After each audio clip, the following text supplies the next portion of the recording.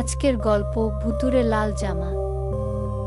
উত্তর কলকাতার প্রাণকেন্দ্রে শ্যামবাজারের গোলকধাঁধার গলির মাঝখানে একটি পুরনো দোকান ছিল, জীবন বাবুর ভিন্টেজ কাপড়ের ঘর।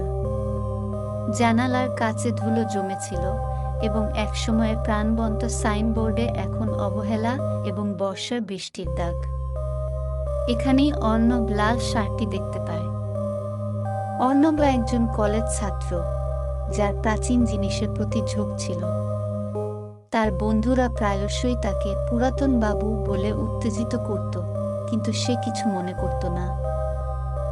এক ঝড়ো শনিবারে হঠাৎ বৃষ্টি থেকে বাঁচার জন্য আশ্রয় খুঁজতে গিয়ে অর্ণব জীবন বাবুর দোকানে ঢুকে পড়ে। কিছু খুঁজছেন বাবু? বৃদ্ধ দোকানদার প্রশ্ন করল। শুধু ঘুরে বেড়াচ্ছি কাকু, অর্ণব উত্তর দিল। তার চোখ একটি শার্টের র্যাকের উপর গিয়ে থেমে গেল, যা অপ্রচলিত বলে মনে হচ্ছিল। পুরনো মনে হলেও কাপড়টি স্পর্শে মসৃণ, উষ্ণ মনে হচ্ছিল। অর্ণব এটি কিনবে বলে ঠিক করল। জীবনবাবুর সতর্কবাণী উপেক্ষা করে শার্টটি মানুষকে জানা সত্ত্বেও। সেই রাতে অর্ণব তার বন্ধুর জন্মদিনের পার্টিতে শার্টটি পরে গেল। আয়নায় তাকিয়ে সে লক্ষ্য করে তার প্রতিচ্ছবিটা দারুণ দেখাচ্ছে। লাল রংটি হৃদস্পন্দনের মতো স্পন্দিত হচ্ছে। তা দেখে এক মুখ হাসি নিয়ে সে পার্টিতে চলে গেল। গোটা সন্ধ্যাটা সঙ্গীত এবং হাসির মধ্যে ছিল, যতক্ষণ না অর্ণবের দম বন্ধ হয়ে যেতে শুরু করে। শার্টটি তার বুকের চারপাশে শক্ত হয়ে বসে যায়, তার দৃষ্টি ঝাপসা হতে শুরু করে এবং মুখটা বিকৃত হয়ে যায় ধীরে ধীরে।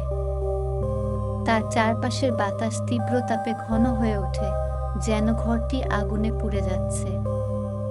হাঁপাতে হাঁপাতে সে বাতাসের জন্য বারান্দায় ছুটে যায়। যখন তার বন্ধুরা তাকে খুঁজে পেল, সে অজ্ঞান ছিল।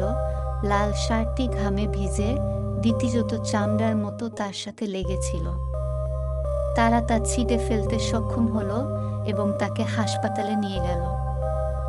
কয়েকদিন ধরে অর্ণব জ্বর অবস্থায় পড়ে রইল, গা আগুন এবং একজন মহিলার কান্নার কথা অসংলগ্নভাবে বিটবিট করছিল সে বারে বারে। অবশেষে যখন সে জেগে উঠল, দুর্বল কিন্তু জীবিত, তার মা তার বিছানার পাশে বসে ঠাকুরকে ডাকছিল এবং মনে ভাসছিল কিছু গল্প কথা। কিছু বছর আগে জীবন বাবুর মেয়ে কামিনী এক জমিদারের ছেলের সাথে বাগদান করেছিল। তার বিয়ের আগের দিন তার লাল ব্রাইডাল ব্লাউজ পরে সে নিজেকে আগুনে পুড়িয়ে নেয়, এই বিবাহ যা সে করতে চায়নি। আর যে কাপড় দিয়ে সে ব্লাউজ তৈরি করেছিল, সেই কাপড়ের অংশ থেকেই জীবন বাবু সেই অভিশপ্ত শার্টটি সেলাই করে রেখেছিলেন। তার উপর করা জোর সে মানতে পারেনি। অর্ণব হঠাৎ কেঁপে উঠল। জ্বলন্ত তাপ এবং শার্টটি তার চারপাশে জ্বলন্ত সাপের মতো সংকুচিত হওয়ার অনুভূতির কথা মনে করে। সুস্থ হয়ে ওঠার পর সে জীবন বাবুর দোকানে ফিরে আসে, শার্টটি নষ্ট করে কামিনীর আত্মাকে শান্তি দেওয়ার জন্য। কিন্তু দোকানটি আর নেই, এর অস্তিত্বের কোনো চিহ্নই ছিল না। তার জায়গায় ছিল একটি খালি জমি, আগাছাতে পরিপূর্ণ।